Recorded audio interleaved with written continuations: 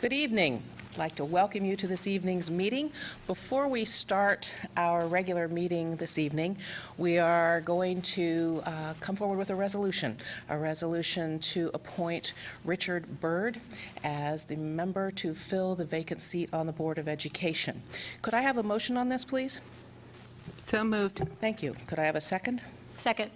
Thank you. With a motion and a second. Bart, would you call the roll, please? Dr. French, Yes. Mrs. Davidson, Yes. Mr. Velardo, Yes. Dr. Nestor Baker. Yes. Richard Byrd was appointed to fill the seat through 2015. And Richard, would you come forward here and I will administer the oath of office?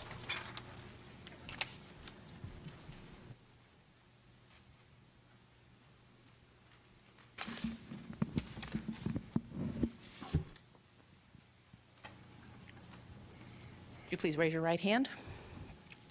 I, Richard W. Byrd, I, Richard W. Byrd, do solemnly swear or affirm do solemnly swear or affirm that I will support the Constitution of the United States that I will support the Constitution of the United States and the Constitution of the State of Ohio, and the Constitution of the State of Ohio, and that I will faithfully and impartially discharge my duties and that I will faithfully and impartially discharge my duties as board member in and for the said Westerville City School District as board member in and for said Westerville City School District, Franklin and Delaware Counties, Ohio, Franklin and Delaware Counties, Ohio, to the best of my ability to the best of my ability, and in accordance with the laws now in effect in accordance with the laws now in effect, and hereafter to be enacted and hereafter to be enacted during my continuance in said office during my continuance in said office, and until my successor is chosen and qualified.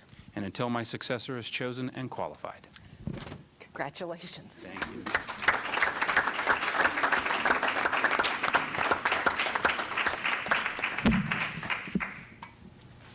When I told Richard we were going to use the microphone, he said, "Oh, good, karaoke."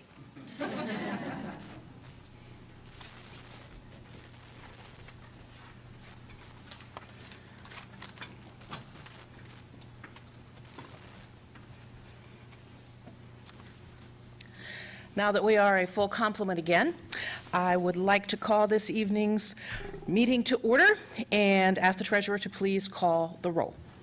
Mr. Byrd, Yes. Mrs. Davidson, Yes. Dr. French, Here. Mr. Velardo, Yes. Dr. Nestor Baker. Here. We are all here. Would you please stand and join us in the Pledge of Allegiance? I pledge allegiance to the flag of the United States of America and to the republic for which it stands, one nation, under God, indivisible, with liberty and justice for all.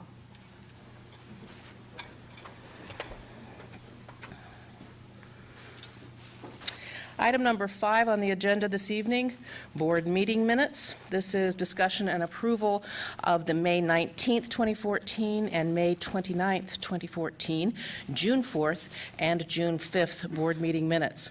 Are there any comments, questions, or corrections about the minutes? All right. Hearing none, we will move on. We have nothing on the agenda under item 6, district highlights and recognitions. Under item 7, report, the superintendent's report this evening. Dr. Kellogg? Thank you, President Nestor Baker and the rest of the board. It's a pleasure this evening to report. I want to spend some time giving us a preview in regard to changes to the local report card. As you recall, legislators last year changed the construct of the report card, and what I thought might be healthy at this point, we don't have our data for this end of this school year that make up the report card that we'll see in August. That data will come this summer, and we'll start to look at it and see how we did on these measures of accountability. But what I thought would be more important is to look how the report card is changing over time and demonstrating to the community what we're doing in order to prepare for some of these accountability measures, some of the changes we're making to make sure that we're aligned to meet the accountability standards from the state. So that's the intent here. Make sure I'm pointing at there we go. There we go. So if you recall, this is last year's summary of the report card. And there are now 6 components on the report card. They include achievement, progress, gap closing, graduation rate, K-3 literacy, and prepared for success. Those are the 6 components. Each component may have more than one measure that's part of that component. For example, if you see an achievement, there are 2 subparts to it, the performance index and indicators met. You can see in progress, there's 4 different measures. Gap closing at this point is 1, although it's multiple pieces underneath that. And you'll also see on there that in none of them we have a component grade yet, and we don't have an overall district grade yet. You'll see that it says coming in 2015. So a lot of the changes are going to come in 2015. What I want to talk about is a little bit what we're going to see in 2014. So those are the 6 component grades and the subcategories amongst them. I'm going to parcel each one of these out and show some of the things that are going on. First of all, as it showed, in the future, there'll be an overall grade and a component grade. So there'll be an overall grade for all 6 components. So it's like 6 classes. You got a grade for each of your 6 classes and an overall GPA. And that's what this is. And we'll start to see that calculated in August of 2015. So not yet, but in the following year we will. What that means is the performance of our students this coming school year will compile that overall grade and this component grade for August of 15. Under the achievement component, it just stays the same. We have the performance index and the performance indicators. Those are graded last year. They'll continue to be graded. But that overall achievement component, again, won't come till 2015, and then from there on out. So no big change there. Other than, I should point out that under performance indicators, whereas in the past, under performance indicators, you had the cut was 75%. 75% of the students meeting proficiency for that test got you the indicator. It's 80% for this year. So there are a couple spots where we're close to that performance indicator. We'll have to see where we fall in this year's data. That's the only change in the achievement component for us for this coming year. So we'll see where we land. In the progress component, this piece becomes important. You'll see the components that are graded now. There won't be a high school value-added component till August 2016. That's a function of the new assessments that come into place next spring for the class of 2018. We'll do an update on that one later. These are all the graded components, and these are important because this is the value-added measure that's part of teacher evaluation and principal evaluation on those new systems. So these become extremely important to us moving forward. No big changes for this year. They'll report out the same way, and no component grade, as I said before, until August of 15, and then the value added in August of 16. Graduation rate, again, doesn't change other than a component grade in August of 15. Notice there's a 4-year rate and a 5-year rate. We've got those calculations now. We'll see how we land. And then is the gap closing component. This is the old AYP, which is now called AMO. This is where they break out the performance of these various subgroups of students to check their performance against all students. We've had those, we've seen these numbers before. Again, no overall component grade until August of 15, but we'll continue to see those numbers. One of the things, well, I'll talk a little bit in summary about some of the things we're doing to address these. One of the areas I think is important for us to know, and this relates back to this gap closing. The way the gap closing works, the math on it is really, it's a moving target. So for this school year, in reading, in order for any of our subgroups to meet the state standard, that subgroup had to have an 84.9% passage rate on the test. Notice in 14-15, it climbs by 1.5%. In 13-14, the mathematics goal was 80.5%, and that climbs by 2% a year. Here's the climb. The effort of the state in their ESEA waiver was to cut the deficit in half in 6 years, and that's where these numbers come from. So essentially, every year, we may meet the target for 13-14, but then the bar goes up, and then the bar goes up, and the bar goes up each year over the entire time frame. So you're chasing a moving target.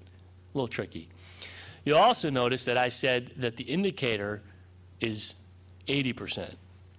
And the goals under the ESEA waiver are a little bit stronger than that. So this is a pressure point for us as a system that we got to continue to monitor and see how we're doing. And I'll talk a little bit about some of the things we're doing in the organizational structure to deal with that. But this is a part that's underneath this that I don't think everybody understands.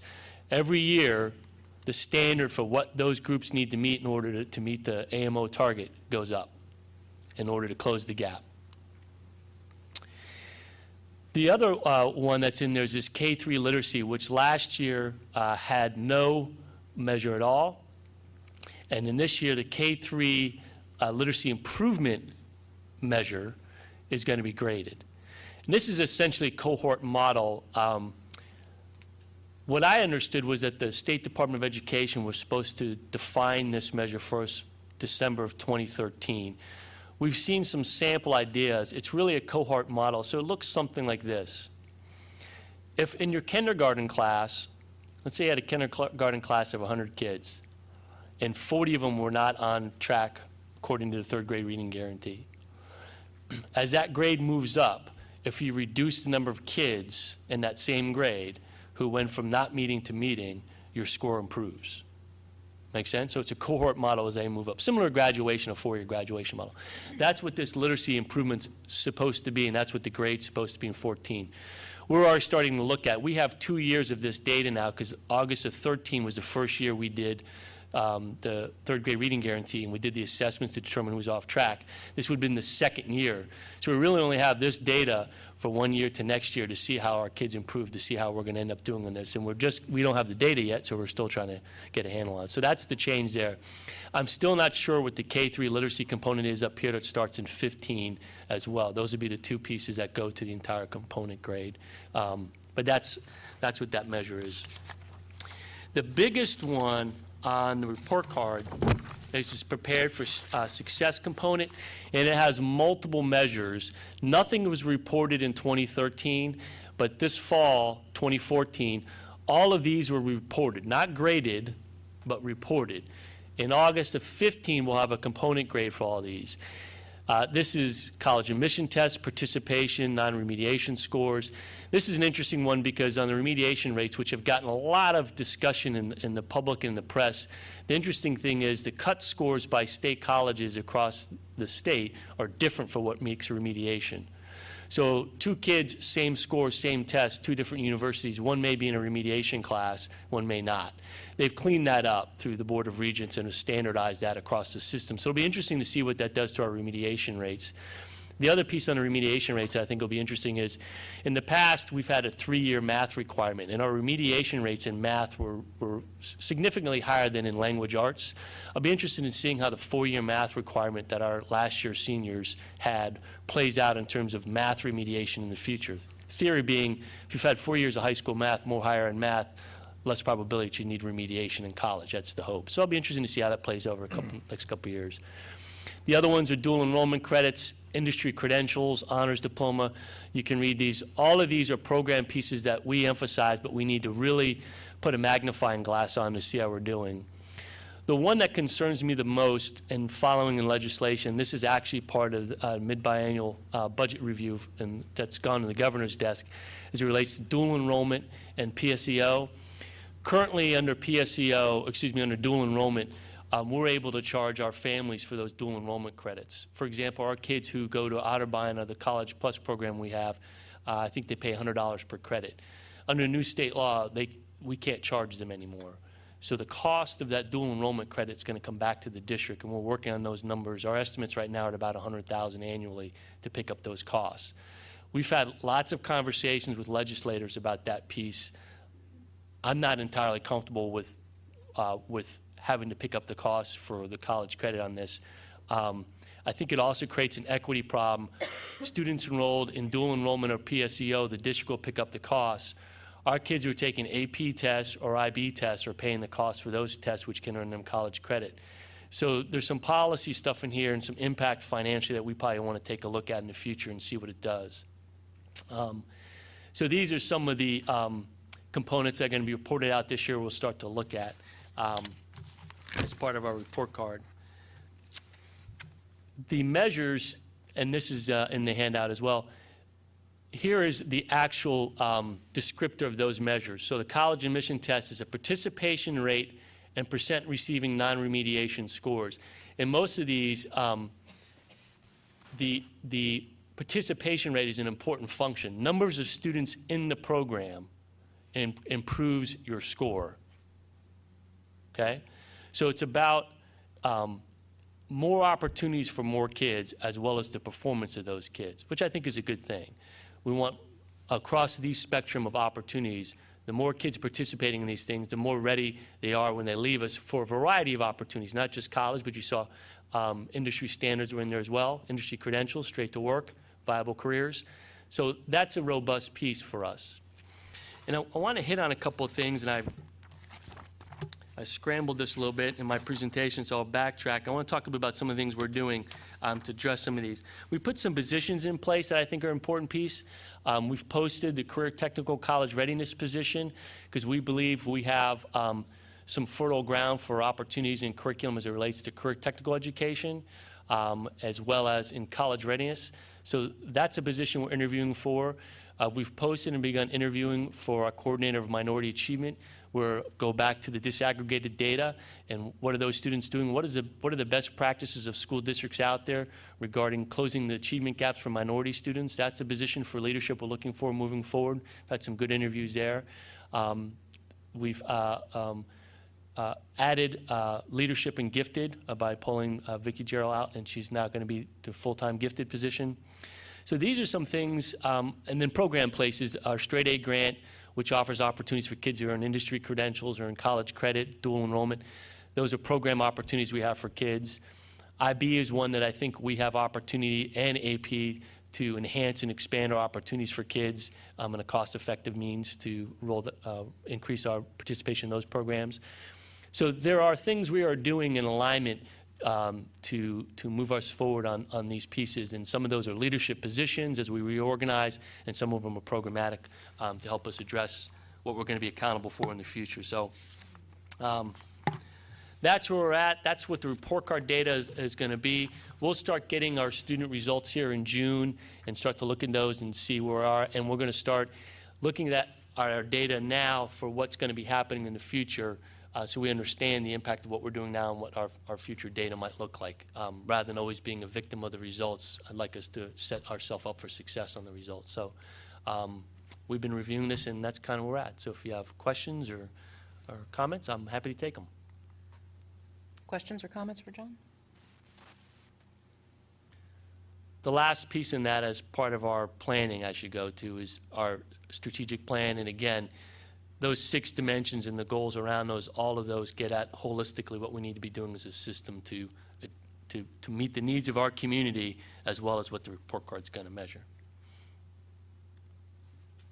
A number of the things that you talked, I'm sorry, Richard, go ahead. I did have a question, and maybe it's a bit too early, but when I hear that the state has an inconsistent position on the banning of the college credit cost recoupment versus the payment by families for IB and AP, I get concerned that embedded within these report card changes are unfunded mandates. Have we begun to dimension the economic impacts and get a feel for what that's going to look like? We have, of course, one of the things we're looking at is our current, the impact of that change in the tuition costs for dual enrollment under the College Plus legislation that's in there. We'll bring that forward in the future for the board to see. But we're starting to cost out what that means for us, because if we're going to be held accountable for dual enrollment credits, but at the same time be accountable for the costs, that's a tricky spot for me. And then for our families, the difference between saying one student's enrolled in a dual enrollment program that the district has to pick up the tuition costs to, which we can negotiate those costs as a range. But at the same time, if you're enrolled in an AP course or 3 courses or 4 courses, you're footing the entire bill, or under IP participation, the bill for that assessment and the registration fee. There are differences in access to college credits depending on the program that's created by that policy difference by the state.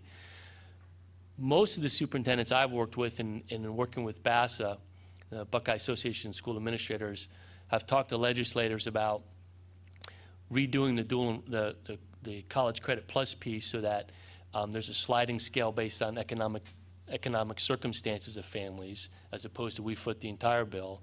Because it's an access issue, is what the legislators will say. It's an access issue. They don't want people not be able to access dual enrollment because they can't pay the tuition. And we agree, it should be the same thing. But I'm not sure that where we're at is the best place yet. But haven't made much dent in that one yet. In the Friday update, and I'll be sure to share that with you, there was the summary of the House bill changes. It speaks to some of this, so I'd encourage you to go back and look at that. So yeah, we are looking at that one in the unfunded mandate piece. I want to ask you about the gap. It's all right, ask No, question yeah, now, sure, right? absolutely. The gap closing components, AMOs. I understand that that is looking at a variety of subgroups, then comparing to the overall. And that's the one where it's, the percentage is going to increase each year. Okay, I'm good with that. My question is the minority achievement position that we are currently looking to fill, that would be a primary area of focus for that person, obviously. Correct.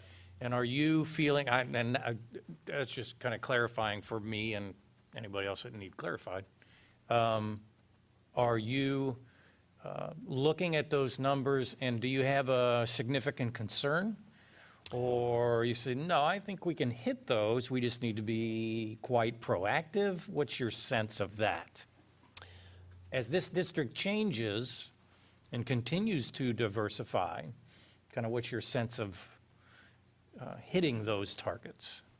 The issue of changing demographics for suburban school districts is a national phenomenon, and Westerville is just classic representation of what that's looked like over the last 10 years and what it projects to be moving forward. So our capacity to meet those needs is going to continue to change. I think it's important for us to be able to, look at the data carefully and thoughtfully, and all sorts of data, not just test report numbers. There's enrollment patterns. Sure. There are experience-based data points we want to ask people about, access points to high-end curriculum, all those play into it.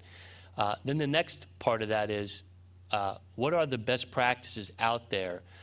Not anecdotal ideas, but best practices, evidence-based, that suggest that doing these practices will move the needle. So what's the research? And there is good research on it. Typically, you'll find classroom-level champions, individual teachers who have really championed it and done something of their own. We've seen those stories. You may find individual buildings that have done a great job. I think when you move to the size of district, particularly our size, then you really start to struggle across the nation to find district-level solutions that have made a push. One place we've talked about informally that I'm aware of, Shaker Heights, up in the Cleveland area. They've got some press about 15, 20 years ago for some of the work they were doing, very systematic in their approach. And so we've had those discussions. What does the research say? What do we need to be doing? And again, when you look at what we mean by diversity or by subgroups, there's a range. Some of these are much more prevalent in our community than others. Right. Roughly 35% economically disadvantaged, all these, and there's cross-representation. Some individuals are in more than one group. So we want to look at those practices. In fact, one of the things you're going to do this evening is an agenda item in the personnel consent for some professional development for ESL teachers on SIOP, Sheltered Instruction Observation Protocol, which is a research-based instructional practice for non-English speaking students to get them access to regular curriculum. Okay. So you're going to be voting on approving that PD for those teachers today. That's what we're trying to get at. Okay.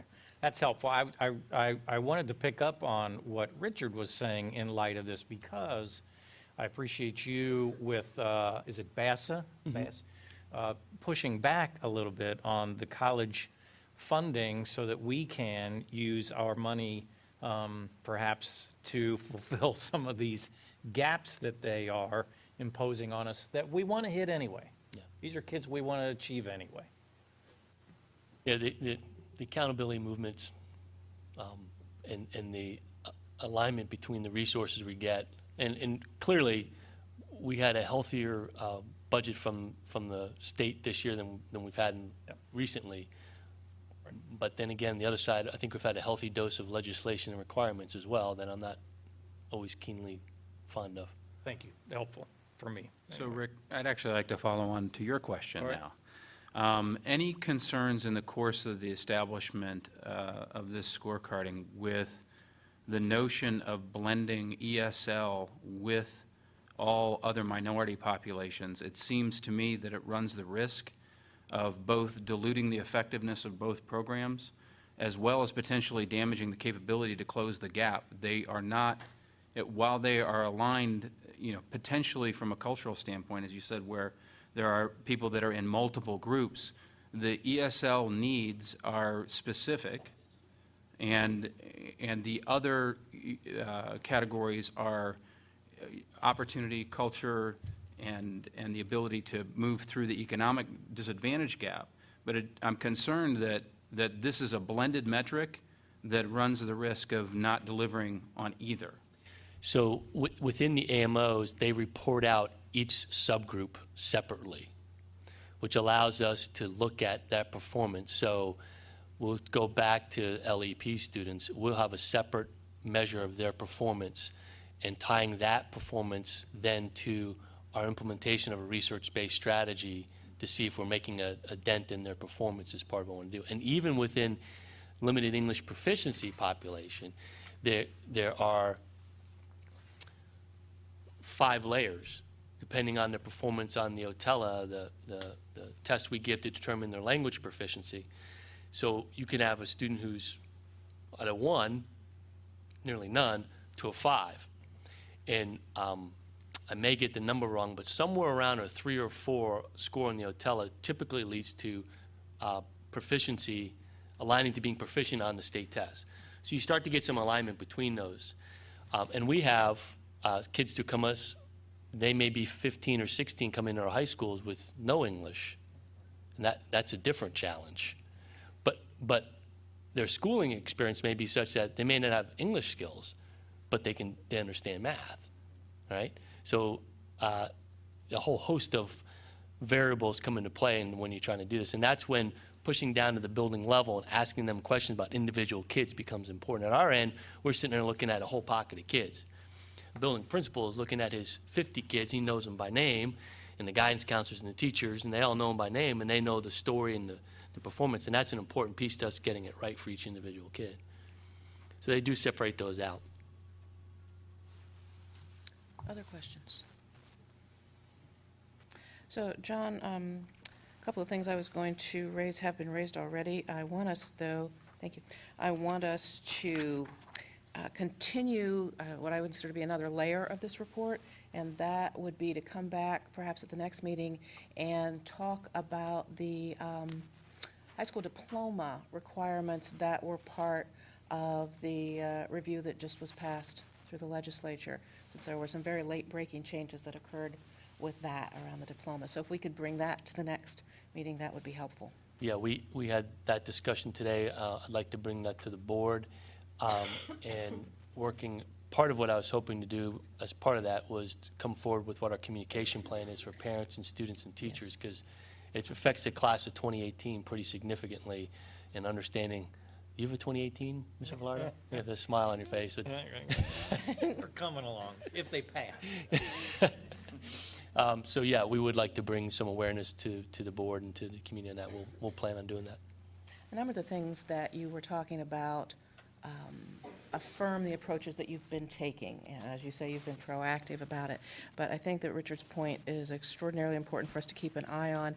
And this also goes to reports in the future, not the next one, but down the road, the cost ramifications that are very clearly inherent in all of these components. We need to make sure that as we're talking about expanding options and restoring options, that we always balance that with what the cost ramifications are around those. And another thing that I think would be important, and this isn't something we need to report on, but when we talk about the crossover across the categories of students and the ability for students to belong to multiple categories, that will require every school district to operate differently. And a lot of individuals weren't necessarily trained, or enculturated in that sort of silo-less approach to administration and to teaching, for that matter. So that's going to be something that I feel really comfortable we'll be able to do, but it will require significant attention and significant training, and probably a lot of stops and starts to make sure that we no longer categorize students in ways where we call them, double counts or triple counts or whatever, that we continue to look holistically at the child. I agree. The two pieces I'd add, one is the question on the board, because next spring, it's different assessments. So the ruler changes and the game changes significantly. And I'll go back to the original predictions about student performance when the new assessments come. And they were talking about a 30% drop in performance. And that has nothing to do with what our teachers are doing with kids. It has everything to do with the rapid implementation of a new set of assessments. This is another place where I have a beef with legislators about how fast we're going into these new assessments. We just adopted the curriculum. And there's some safe harbor and some other things coming, but I'm still not sure that this is well-timed and well thought out. So that's my own personal beef. No, it's not just your Yeah. personal beef. I think it's a beef of a whole lot of us. And the last thing I'd say about the whole thing is, at the end of the day, good instruction is good instruction is good instruction. It takes care of the problem. And we have a bunch of teachers out there knocking it dead with our kids day in and day out, regardless of who those kids are, and making them successful. And we can't forget that that's really what it's about. And if we continue that and not get in the way of that and support that, that's one way we can make progress. So that's where we're at. Thank you for that very much, John. I appreciate that, and I encourage you to continue to bring us not only the here's what we're doing and here's how we're addressing it, but to raise the concerns, because people may not yet understand what's going to happen with those new exams and with the new scores that come from those, and what that will mean to us, not just from our scores, but from a whole wealth of things, from personnel to student approaches to learning to funding to everything else. So keep bringing it. Moving on, public comments, 8.01. This is the first portion of public comments on the agenda tonight. And the first portion of public comment always relates to items that are on the agenda for action that evening. So as with both portions of public comment, speakers are limited to 5 minutes, and we do ask that individual names not be used in public complaints. With that, there is one individual signed up to speak this evening, and that is Rick Bannister.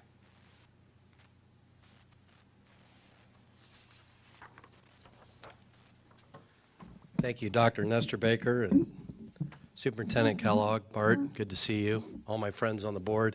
I don't really have prepared remarks. I just wanted to come and be here tonight as you swear in the newest school board member, Richard Byrd. I wished I were here to see you take your oath. I meant to be here, but traffic from Grandview got in the way. I really want to congratulate you, Richard, and wish you the best of luck. I, too, was an appointee to this board and enjoyed every minute serving with my colleagues. I also want to congratulate the entire board for going through what I know is a very thoughtful and inclusive process. I know it's not easy, and I think you did great work. So I want to wish you all well in that regard. Richard, as you move forward, anything that we can do as we say that we support is really back that up. Anything that we can do to support you in your new role, I'm happy to do. And I also wanted to just say that I'm reflecting on Cindy Crow a little bit tonight too. What an honor for you, Richard, to fills some very large shoes. I know you're up to it, and I would think that Cindy is very happy with what's going on tonight, and very proud of you, Richard. And I don't know anybody in the community has more energy than she does, and I'll bet you that every ounce of her energy is in support of what is before you and the rest of the board. So that's really what I came here to say. I want to thank the board for continuing to come forward to advocate for the children of this district. You know how I feel about you. Really, my hope is that you continue your leadership and your creativity, that every child in this district feels supportive and has the opportunity to achieve. Certainly, Dr. Kellogg's comments struck a nerve with me tonight, that our teachers and administrators feel challenged and supported. And I think if we do that, we're in a great place, and Westerville has always celebrated those things. So with those wishes comes some responsibility to back that up, and so I just wanted to underscore that to our new board member and to the rest, if there's anything that we can do, offer our support, it will be there throughout your term. So thank you for having me tonight. Congratulations. Thank you, Rick. I remember when you were appointed. I was appointed first time out, too. Moving on, so there is life after appointment. Not much, but there is some. Moving on to item 10 on the agenda, because we don't have anything for financials under item 9, the personnel consent agenda. Could I have a motion on this, please? So moved. Thank you. Could I have a second? Second. Thank you. With a motion and a second, I see Kurt Chakowski is already at the microphone. Thank you, President Nestor Baker, members of the board. Welcome, Mr. Byrd, Dr. Kellogg, Mr. Griffith. Before you is our consent agenda for our June 9th meeting.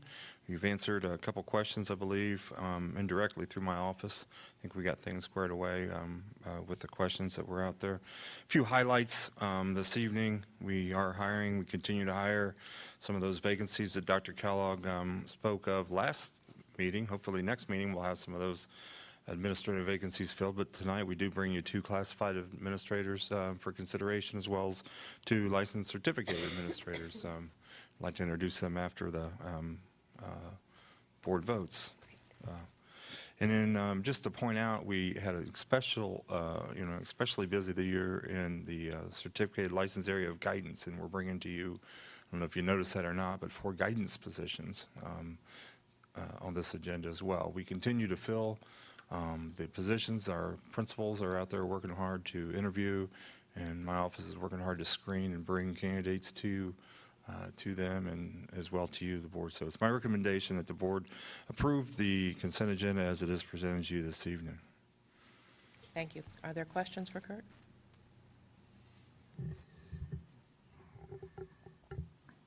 Hearing none. Mr. Griffith, would you call the roll? Mr. Velardo, Yes.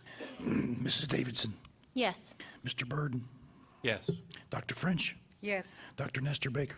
Yes, the personnel consent calendar has been approved, and we're looking forward to meeting those administrators. I do have, I didn't see Kenny or Carissa here, our classified administrators, but I know we do have Miss Monica Brown. Monica, if you could stand up. She's coming. She'll be Welcome. elementary principal at the Hamby Emerson Elementary School. She comes to us from Columbus Public. So welcome, Monica. Did you bring anyone with you this evening, I think? Flying solo tonight. Her new friend. And her new friend sitting right next to her will be working out of my office. That's Lori Lofton. Lori, if you could stand up too. It's Lori Lofton will be working in the certificated license end of human resources. She comes to us from ODE. And 2 great catches. I always joke with my staff and say, you ever watch that show Wicked Tuna, where you're trying to reel them in? We played heck getting these guys in, but we got them in, and through your generosity and community's generosity, we're excited to have them join us here later on this summer. So it's going to be an exciting time in the district, especially in my office. I'm excited about that as well. So I speak selfishly, but we welcome them. So thank you. That's great. Welcome, Wicked Tunas. Seriously, though, we're very glad you're here, and I'm very excited to work with both of you. Moving on, Number 11, policy consent, we have nothing this evening. Number 12, recommended action for old business is empty this evening, which takes us to number 13 on the agenda. That's new business. And we do have a couple of items under this portion of the agenda. The first one, 13.01, is the recommendation to adopt revised preschool course of study and pacing guides and to purchase the resources and materials. And you may have seen those materials on the table over there, including the puppets, which are so much fun. Could I have a motion on this, please? So moved. Thank you. Could I have a second? Second. Thank you. With a motion and a second, would you like to talk about this, Jen? I would love to, thank you. Good evening, President Nestor Baker, Dr. Kellogg, and members of the board. Tonight, we will be considering courses of study and resources for preschool and fifth grade science. The preschool course of study aligns to Ohio's newly revised Early Learning and Development Standards, which describe key concepts and skills that young children develop during the birth to 5-year period. The standards promote the understanding of early learning and development, provide a comprehensive and coherent set of expectations for children's development of learning, and guide the design and implementation of curriculum, assessment, and instructional practices for our youngest learners. While the early learning and development standards are similar to the 2006 early learning content standards in basic content, the expanded 2013 standards allow teachers to explore more deeply and with increased relevance content within the 5 domains of social and emotional development. And this is really, the social and emotional development is really the core of this work, which is much different than our other content areas as we progress through the grades. Physical well-being and motor development, approaches toward learning, language and literacy development, and cognition and general knowledge. Components of this teacher-developed document include the progression of standards and connections to kindergarten readiness, I-CAN statements or learning targets, instructional resources, many of which are displayed here, and the puppets are very fun, technology links, essential vocabulary, literature connections, and book lists. Our preschool teachers began meeting last summer to learn about these new standards. They met monthly throughout the course of the year, and even today they attended some professional development through the SS11. Did I get that right, Ann? Thank you. So they are a very dedicated team of teachers. As Dr. Kellogg alluded to, we have some here tonight. And I would like to recognize them, but would you like me to do questions first, or can I recognize them? Why don't you recognize them first, and we'll know who we're questioning. All right. Well, I told them no questions. I said they just had to sit. But I'm sure they could address questions.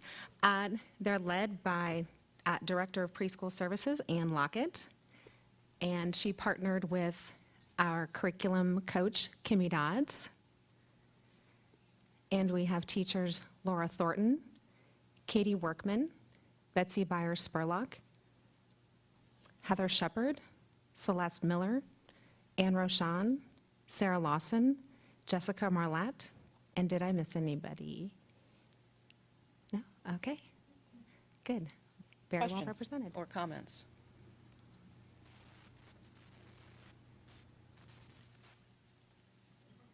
Yeah, I read through, I. You kind of looked like you This did. is not an intelligent comment, so I'm going to ask it anyway. We're all friends here. I was reading through the books, I got this list, and there's a book entitled Mr. Wigglebottom Learns to Pay Attention, or something like that. We ordered copies for all of us. Yes, I just thought that was it's part an of board awesome. member training. I Did you just not thought know? that was a great title. Who's teaching that one? Who will teach that one? Oh, I'll be teaching it, yes. Okay, you let me know when you're on that book. I'm going to show up, and I just thought that was awesome. See, it was not an intelligent thing to say. That's okay. And they spent a lot of time, we had some support with a woman from Worthington who has done a lot of work with early literacy. So she gave us a lot of resources in that department. So it's been great, very collaborative effort.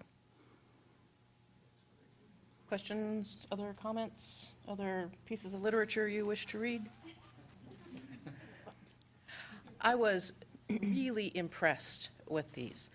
all of the components of this particular course of study. I was particularly impressed with the assessment work, and I asked Ann before the meeting who wrote the assessments, because ordinarily when I read state assessment examples, I get really angry. I read these examples, or these assessments, and I thought, yeah, this is good stuff. This is the way early childhood is supposed to be assessed.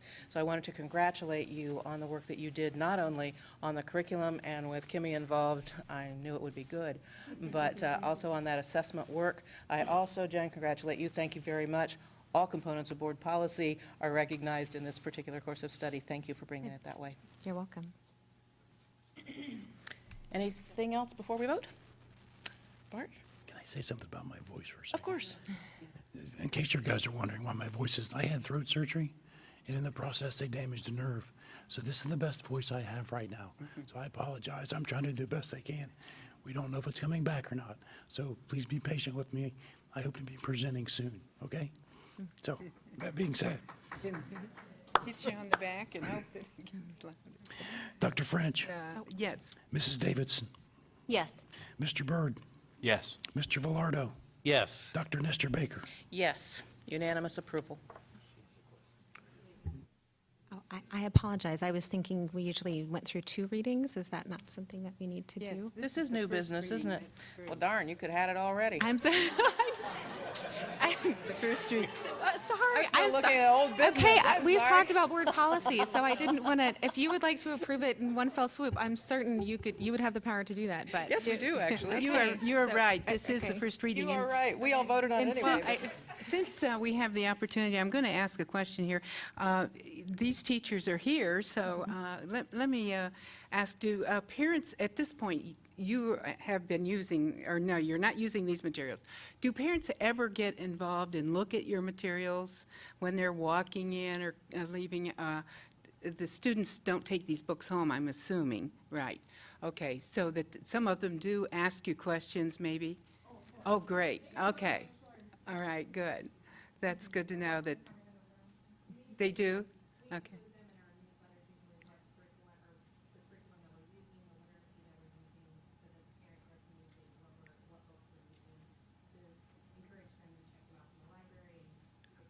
Oh, great, okay, thank you. All right, thanks, good. Well, that's good news. interesting. I was reading old business instead of reading new business, I think you can probably assume that when we vote on it again, it will be a unanimous approval, so I don't think you need to come back again. But thank you very much for being here this evening. Thank you, Jen. I'm sorry. No, actually, it's fine. If I goof, you tell me. She has a Right back second. at you. Yeah, oh, good. So we'll move on to the next piece of new business, and this is the recommendation to adopt revised grade 5 science courses of study. And I would like a motion to bring this to the table for discussion. So moved. Could I have a second? Second? Thank you. Jen? Okay. The proposed science course of study in grade 5 is aligned to Ohio's new learning standards. The theme for grades 3 through 5 is interconnections within systems, which focuses on helping students explore the components of various systems and then investigate the relationships within those systems using scientific inquiry. The topics include interactions within ecosystems, light, sound, and motion, and cycles and patterns in the solar system. New content to grade 5 in the life science strand includes symbiotic relationships, which is why you'll see a book called How to Clean a Hippopotamus, and in physical science, changes in movement based on force and mass.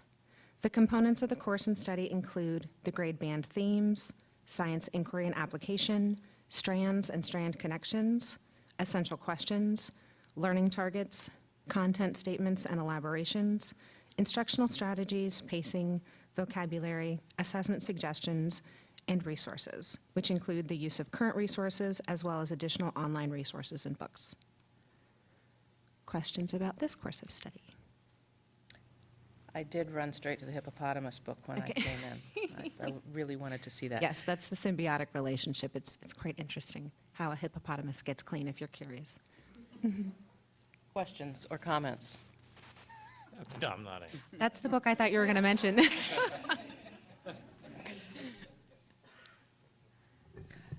I really like the layout of this particular course of study, Okay. particularly on the first 2 pages of it as you lay out the vertical alignment.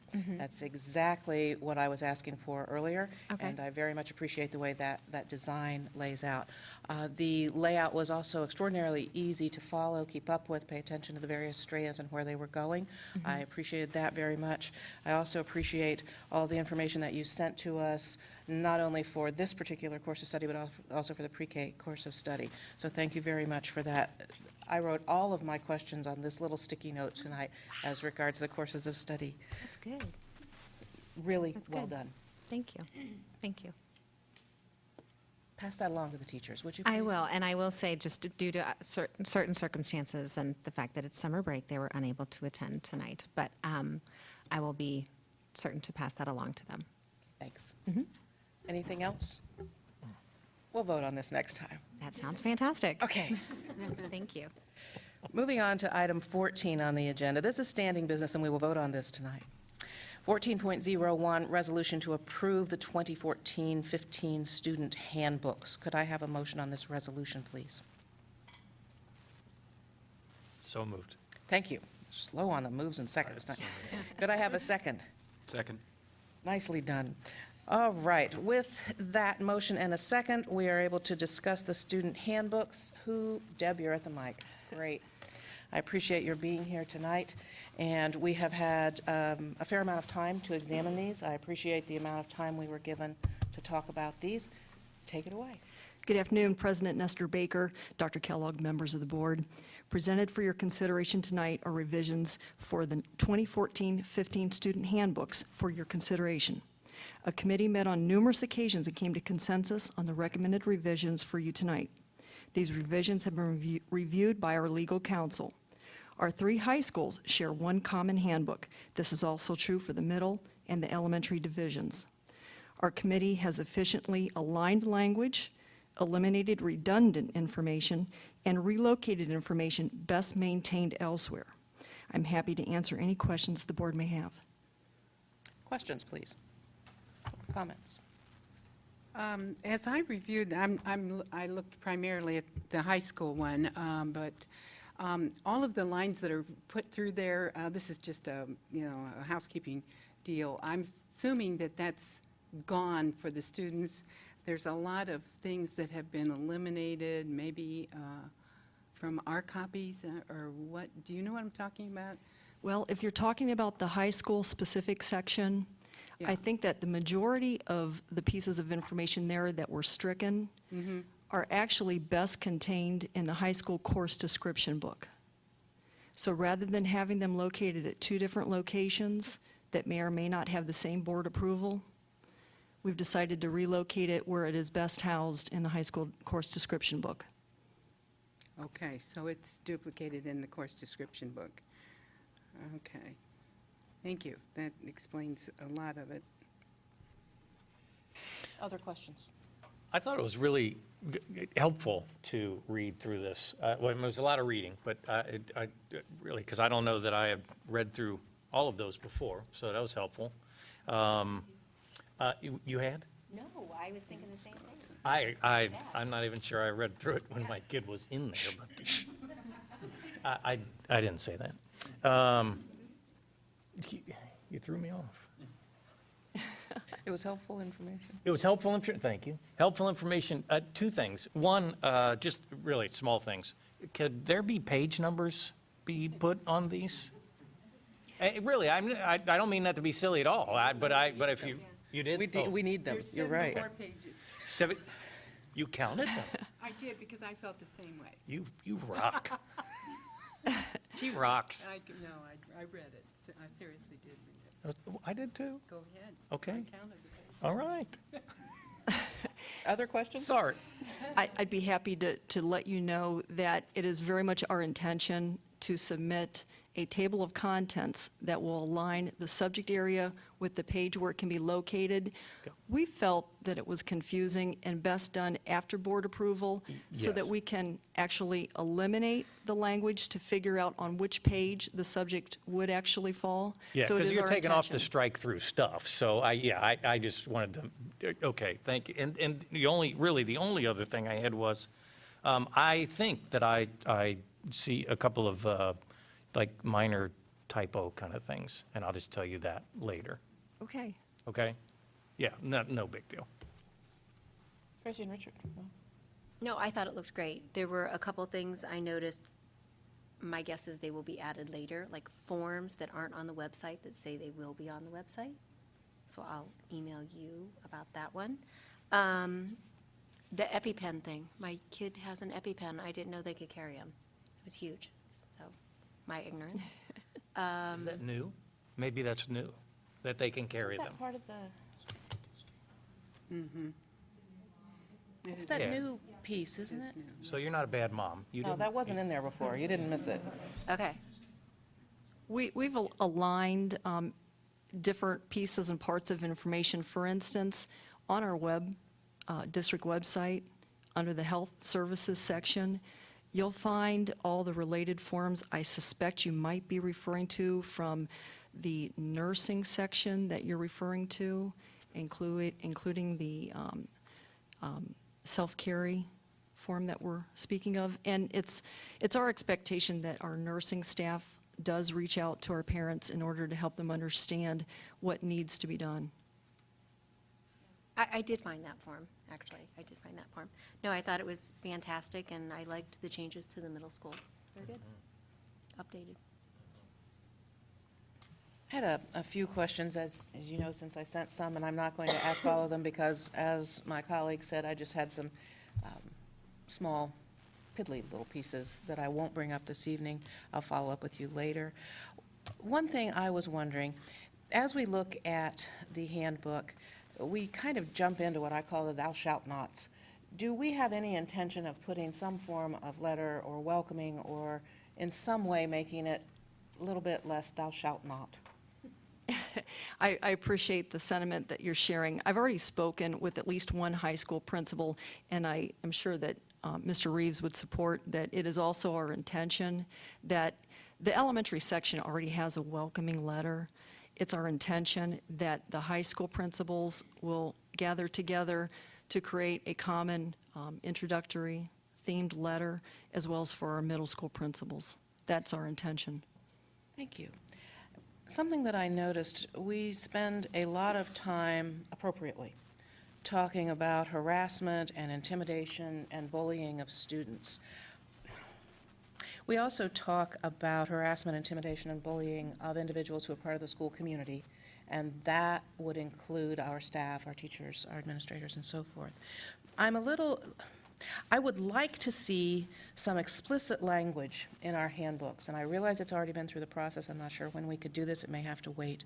But I would really like to see explicit language about harassment, intimidation, and bullying of teachers and staff by other adults.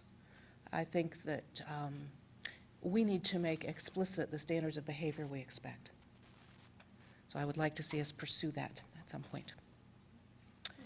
Another piece that I noticed in the section that's 5517.01, which is where we talk about the general policy statement related to harassment, intimidation, and so forth and so on, the language is not identical to the board policy language. If we're going to say that it is a policy statement, that suggests that the language is identical to the board policy.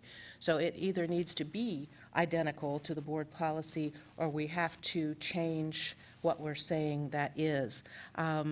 Also, there isn't any differentiation as we move through that section, as we move away from the policy language itself into procedural and guideline language. For policy types, it suggests the entirety is board policy, which it is not. That's more of an editorial sort of thing that I think that we could fix very, very easily. We talk about education and training. Can you give me a sense, give all of us a bit of a sense, and this is education and training around harassment, intimidation, and bullying, what we do, when we do it, how often we do it? Let me do my best to try to, especially because I know that the board definitely understands all this, but for those that may be in the audience to help clarify. One policy that we're talking about in the student handbook is the 5517.01, which is the bullying, harassment, intimidation policy. That is current board language, but we are offering one paragraph to be considered as a part of this package in order to make sure that our Office of Civil Rights is happy with the fact that we are pointing out that there are protections, protected classes that we need to consider when we're not just looking at bullying per bullying, but we need to understand that there could also be some civil rights protections that we need to consider as well. Not to confuse 551701 bullying with 5517 anti-harassment. Back in, November maybe of 2013, the board took action to update the anti-harassment policies that are the sister policies of 5517, 1662, 3362, and 4362.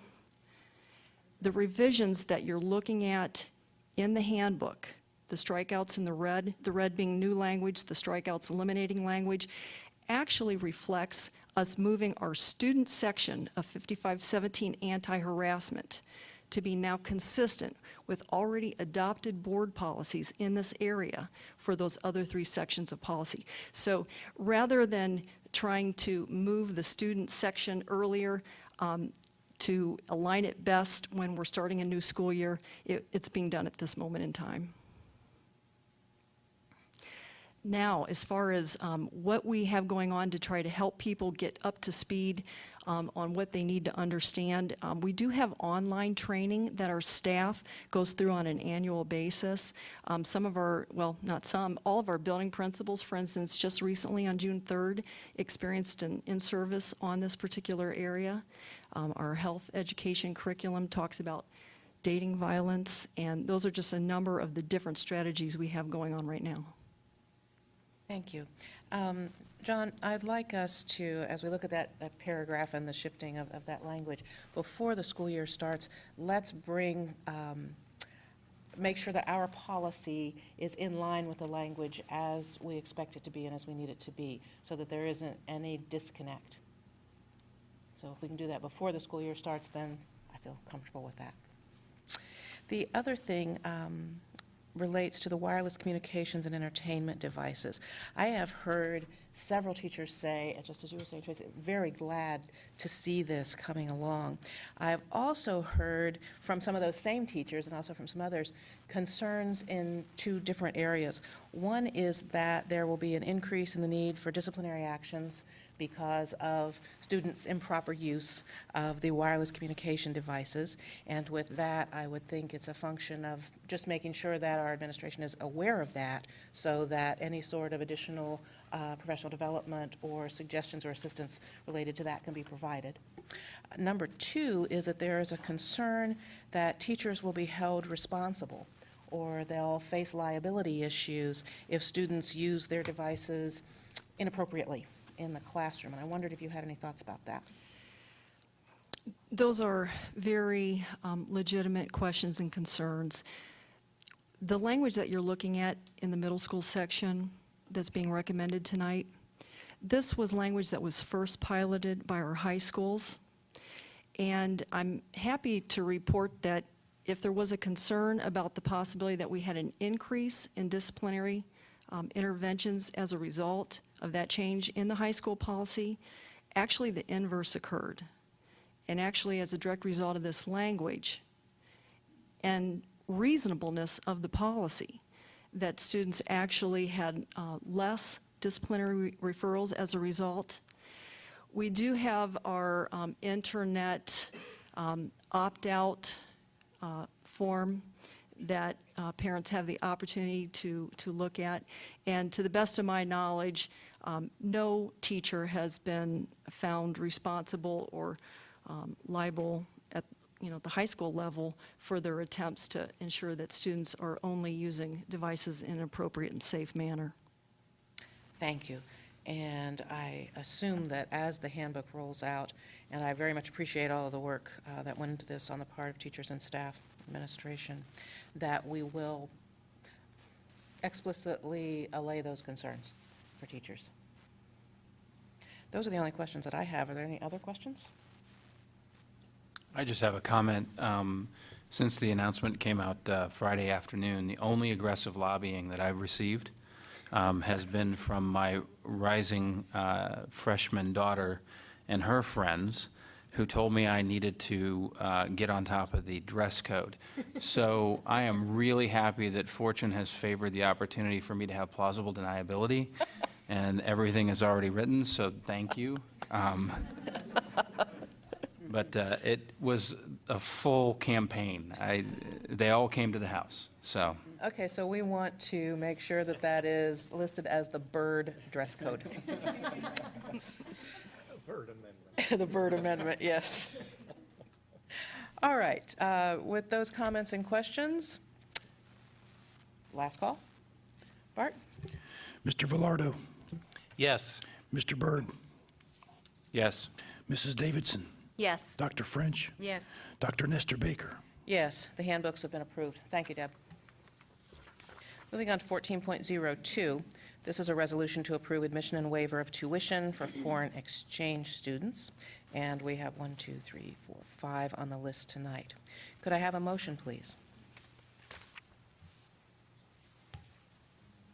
So moved. Second? Thank you. With a motion and a second, is there any commentary that anyone would like to make, any questions that anyone would like to ask? I can tell Dr. Kellogg's ready for my question. Bye, everyone. Looking at me. This is number what, Dr. Kellogg? Total number for the year? Total number so far, yeah. I'm not sure. 9, thank you. Somebody has the answer. Mr. All right, Reeves. thank you. Thank 9, you. 9 total for the year, Okay, between 3 high schools. yes. Very good, thank you. Do we anticipate any more at this point? Maybe this next month yet? Hard to say. Okay. Sometimes these associations, the placement companies come to you last minute because they lose a Right. family someplace else, and so they petition here. So it's hard to say at this Yeah. point. Well, it's an interesting group of countries this time, so. Thank you. Any other I don't questions? have it open here. Would you call the roll, please? Mr. Velardo, Yes. Mr. Byrd, Yes. Mrs. Davidson, Yes. Dr. French, Yes, Dr. Nestor Baker. Yes. The resolution to approve admission and waiver of tuition for foreign exchange students has been approved. Moving on to item number 15, public comment. This is the second portion of public comment, and comments during this portion are for comments for the good of the order. And as in our other portion of public comment, you are limited to 5 minutes to speak, and we do have 3 individuals signed up to speak. The first one, Michael, is that Daisy or Juicy? I'm not quite sure what the vowel is there. I failed in my elementary writing class. That's my okay, the state penmanship, doesn't like so penmanship anymore. It's Ducey. Members of the board, Dr. Kellogg, President Baker, Nestor Baker, thanks for giving me the opportunity to speak. So the first thing I want to talk about is a statement that's on the vision, mission, and values page of the district. There's a statement that says inclusiveness. We believe every person should have an equal opportunity to access and participate in all educational offerings. So I bring this up because the magnet school lottery did not provide an equal opportunity for every student. So the way I understand it, I haven't been to a meeting in a while, but I've read up on the notes and the minutes and also listened to some of the recordings, and my wife was actually here. So the way I understand it, that seats were distributed based on the size of the school. The other goal of the magnet lottery was to ease capacity concerns. And in doing so, students at the schools did not have an equal opportunity. So for instance, in a district-wide basis, students had a 54% chance. If you just took it and you put all the kids in one big pool and you drew numbers from that pool and gave seats that way, students would have had a 54% chance. On the high end, Huber Ridge students had a 100% chance for second graders. On the low end, my home school, Whittier, had a 19% chance. Other numbers include Wilder, which is one of the schools that have capacity problems, only had a 43% chance. Point View had a 30% chance. So I ask, how have we given our students an equal opportunity for access to this education? Now I understand that Magnet is an optional program, but everyone should have the equal chance, and we didn't have an equal chance. And the other thing that I want to point out is that you knew students wouldn't have an equal chance going into this. Yet you ignored your own mission and value statement, just like last year when we were going through the elementary school realignment, which most of you weren't here, but once again, the board ignored the guidelines that they were supposed to be working towards.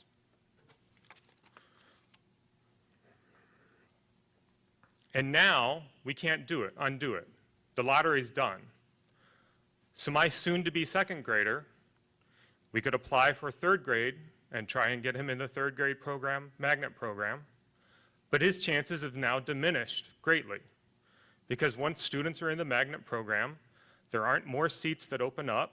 There's a limited number of seats. Those kids who are going to stay in that Magnet program, most likely through their entire elementary school education. The other statement I want to read is trust. We deliver on our commitments and demonstrate consistency between our actions and our words. That is another value that we're supposed to be having in this district. And yet, once again, we're going against what we say that we're supposed to be doing and how we actually act, knowing that we weren't going to give everybody equal access to this education. Thank you. Thank you, Michael.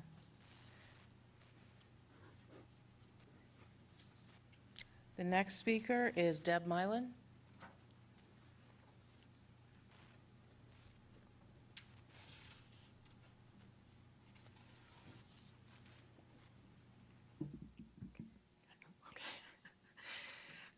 Dr. Kellogg, Dr. Nestor Baker, and members of the board. I want to speak on the same topic, really. So thank you for the opportunity to speak with you on what our family feels is one of the most important topics in our educational and community life. I say community because when our family chose to move to Ohio in 2006 from Minnesota, the educational opportunities for our 3 daughters was, of course, very much top of mind. We were hoping for varied options like language immersion or STEM schools, but as we looked in the various Columbus adjacent communities, it was Westerville's unique combination of quality of life and educational options, specifically magnet schools, that led us to choose Westerville over similar-sized towns of Gahanna or Worthington. Our 2 oldest daughters are both products of the Westerville magnet programs of Emerson and Hanby, and we as parents, community members, and taxpayers could not be happier and more satisfied with their education. It is with regard to the magnet program that I'm here to offer both a word of encouragement to you, esteemed board members, as well as a word of concern. I'm here to encourage you to continue to seek the best path for our students in our community. We value you as school board members. We value your wisdom and we value your service. Thank you for taking on this challenge and know that our family supports you and your efforts. The economic recession that led to the resetting of school budgets, combined with the unfortunate vote denying increased funding through the failed 2011 school levy, has left us and you with difficult decisions to make. We recognize there is no magic bullet. The decisions we and you are faced with are real, unwieldy, and rife with compromise. If I could wave a magic wand and restore the program to where it stood 3 years ago, I would. In its former life, the magnet program was an equal opportunity system that accounted for both demand and gender balance. Under the system, our 2 oldest daughters had a great education at both Emerson and Hanby. Today, with both the shrinking of the program and the neighborhood weighted lottery, far fewer students will have the chance to enroll in their magnet school of choice. It feels a bit like we're solving the wrong problem. Under today's system, areas of Westerville that are the strongest supporters and advocates of the magnet program actually have a lesser chance of gaining entrance into the program. Further, removing the gender-balanced approach of the previous magnet enrollment system would seem to open the door to a class composition that is out of balance with reality. As a mother of 3 girls, I am dismayed to hear that so few girls gain spots in the science and math magnet. It is frustrating to watch the systematic dismantling of what was both an incredibly effective educational program and one of the main reasons our family chose Westerville in the first place. As we seek to move forward with the new Westerville magnet program, I am urging you to continue working on a method of placement that is more fair, a system that better accounts for the interest in the program, and that gives each student in the school district an equal chance to participate in this great educational opportunity. Thank you. Thank you, Deb. Third speaker this evening is Jen Altman.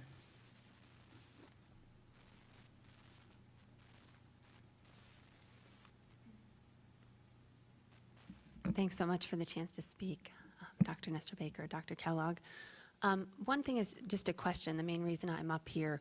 I've been talking to some parents, we're talking about assessments and changes in assessments, and I went back through some of the, I remember a nice presentation about how the assessments were changing, but I can't put my fingers on that, and I was trying to tell some folks the numbers in terms of how many assessments folks will have to take at different grades.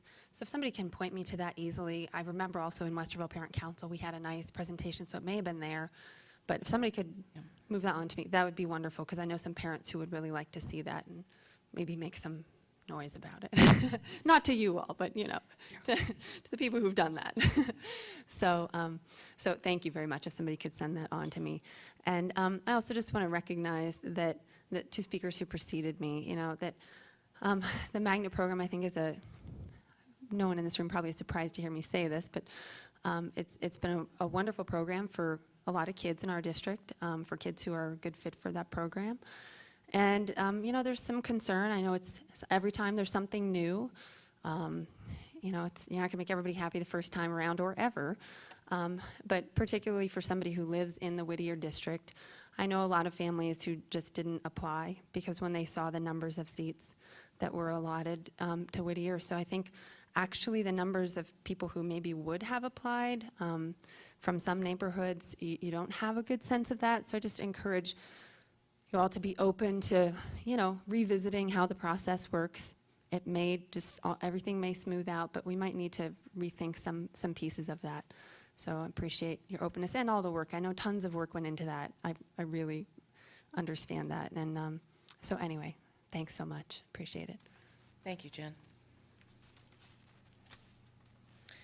Moving on to board comments. Anyone wish to dive in at this point?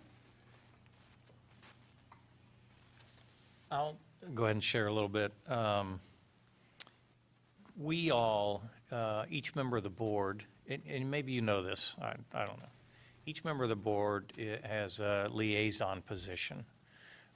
We kind of focus in some different areas. For example, one of my liaison positions is for legislation, which means that I'm to try and stay up to date on legislation, which, you know, I just barely scratching the surface.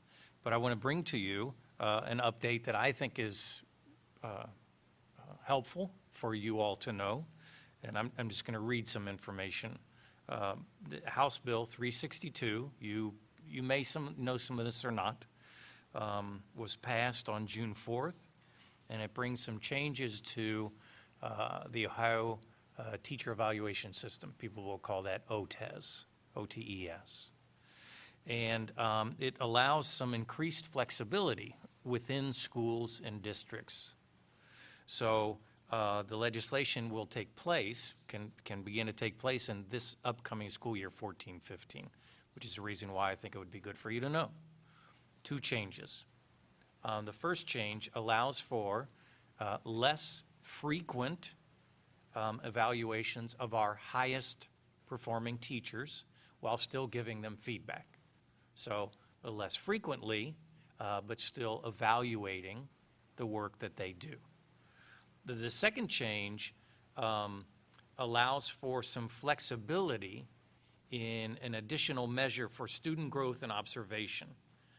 There's a 15% piece that is student that can be student-led. That's right, it's not mandatory, it can be student-led. And there's some changes in that. The piece that I want to bring out to you is that districts have a choice in this.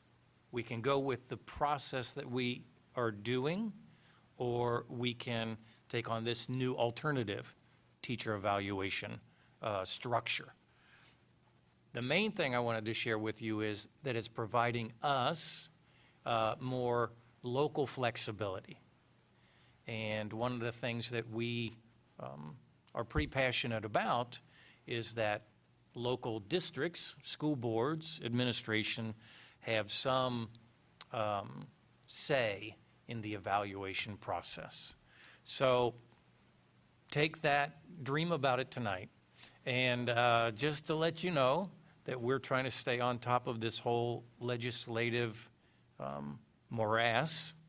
And I find it very interesting, quite convoluted, and I'm just beginning to understand some of it. But that's just one piece, the evaluation system, because I think that's going to be a pretty big deal. So, Yeah, so to clarify, the first piece is elements of that have to be negotiated as part of the negotiation process with our Teachers Association next year. And those elements of flexibility are pieces that we can work with our teachers on to design. So the nice thing that they responded to, the legislators responded to, was in the previous system, every teacher was going to have to be evaluated with 2 observations, and I believe it was 2 or 3 classroom walkthroughs every year.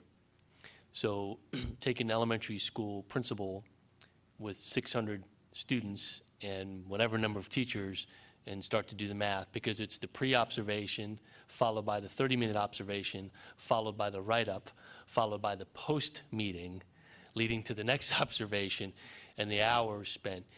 That's not to say we don't value evaluating our teachers, but I think what the legislators did that was wise, and the response was say, hey, if you got a teacher who's a high flyer, they probably don't need that as much structure and oversight as frequently as some other folks. And it gives our principals the ability to work with some of our teachers that we want to grow a little bit more time. So that would be a piece of it. The other flexibility they allowed was a reduction in the value-added component, and they allowed for the use of student instruments, which is an interesting idea, surveys, et cetera, in regard to teacher performance. But that's, again, a piece that we'll work with our Teachers Association. We've been piloting the model with our association for 2 years now, and working collaboratively to understand what the model looks like and its impact. And I praise our teachers group for working with us on that, because there's a lot to understand. So this is the latest in the change, and I think it's beneficial to our teachers and beneficial to our administrators, and does give us greater flexibility at the local level, which would be good as we prepare for this. So I appreciate you sharing that one. helpful. Thank you. Thank you. There's still a massive focus on test scores in those evaluations. And even as we celebrate the slight loosening, we need to keep that in mind. Just last piece. Welcome Richard to our little flock here. Sorry, that's the only time I'm going to use that joke. I'm isn't- excited. No, it's not. Excited to have you here, and look forward to you diving in and digging deep and learning a lot like we are trying. Just welcome to you. And let me just quickly follow up. Yes, welcome, Mr. Bird. We're glad to have you. And I am also thankful to have our 3 speakers and their opinions presented, because I'm sure Dr. Kellogg can answer this better, but this is kind of a movement to test the waters, and we're seeing how things go with the magnet program. So, of course, we want to improve it next year. So we appreciate your comments, and those are always good to hear and analyze. So, you know, I'm sure we thought we did a great job this year, but, you know, things do slip through the cracks, and so we're working on it, and we will continue to do that. The only other thing that I'd like to point out is that for those of you that are not aware, and some of you may be, currently there's Safety City going on, and that is a wonderful program. I stopped over the other day. It's only for 2 weeks, but I'm telling you, it goes on until the 13th. This Friday's the end, and they're actually having a little graduation at North. 9:30, and then the afternoon group, I think, meets at 12:30 or something at North to graduate. It's our kindergarten kids, our future kindergarten students coming through. They got to ride the bus the other day. They got to go to the fire station, lots of things. And several mothers told me, and I believe this, my child is up an hour earlier than normal, waiting to go to this program. And as I watched them, they love it. You can just imagine how eager the little kindergartners were to get there. So that's one of the great things going on just currently in the district, and that's at, which elementary? Robert Frost, yes. So if you want to stop in, I'm sure they'll be glad to show you around, so this week yet. And that's it. Thank you. Michael, Deb, Jen, I was at the lottery. And I think we are growing learning. I took lots of notes. I sat in the heart of it, and I heard lots, and I heard lots and lots of feedback. And I've told Dr. Kellogg, we've shared it, and I think I will echo what Carol said. You know, we tried to get this up and running as quick as possible, and I think the adjustments can be made, and we can look at things. Maybe I'm speaking too freely. I probably shouldn't say that, but I would like to. I would like to thank the 11 applicants who applied for Mrs. Crow's seat. I appreciate it. And I would like to welcome Mr. Byrd. Thank you. The magnet program, the lottery, there was a lot of discussion about how to handle it, what was fair, what was appropriate, how could we meet the needs of the district in the best way and the needs of the students and the staff as well. The method that was adopted this year was deemed to be worth trying to see if it dealt with the issues and to see if it did provide the access evenly across the district. And I realize that some people do not think that it did, others think that it did, because it depends on how you choose to look at what that means. That does not mean that what was done this year is utterly cast in stone, because we do have to go back and look at the data and look at all of the components around the application process. We did insist that we move the program back into a full functioning mode. And in doing that, we also insisted that we consider all of the opportunities that we could think of to make sure that we dealt with the needs across the district as well as providing opportunities for students. We need to look at the data. We need to look at what happened. We need to look at that from good and bad, and we need to see what, if any, changes we need to make for next year. I remember there was a line in the paper, I think it might have been quoting you, Tracy, when we talked about it. That was an accurate quote. About we're going to do the best we can. We are operating in good faith. That wasn't part of the quote, but we were operating in good faith, and we knew we would have to, again, look and see what we were doing, just to see about fairness. So that, I appreciate your comments. I understand how very disappointed you are. I've spoken to a lot of people, particularly from the Whittier area, who've shared both concerns and interests and so forth. Those comments do not fall by the wayside. We do make sure that we share them, as we do all the other comments that we receive. With that, Richard, I hope you're still happy you decided to do this after your first meeting. And I'm very pleased that you are here. I'm leaving Richard to last so that he could kind of get a sense of where all these comments came down. But I also want, before you leave tonight, if you would you please tell Richard happy birthday? Yes, today is his birthday. It is, and it's been a a very interesting day. I would just like to share with the community, with the board, the level of support that I've received since the announcement on Friday has been amazing. And I say that with a lot of humility. The other two finalists, very qualified, very good people.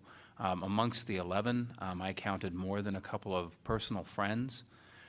So to have the opportunity to sit in this seat is really an honor, but more so, I think, some folks are aware of this, but a number of years ago, when I got involved with the board, it was working on levies. I always like to take pride that I took the job that nobody wants. I used to run the phone banks.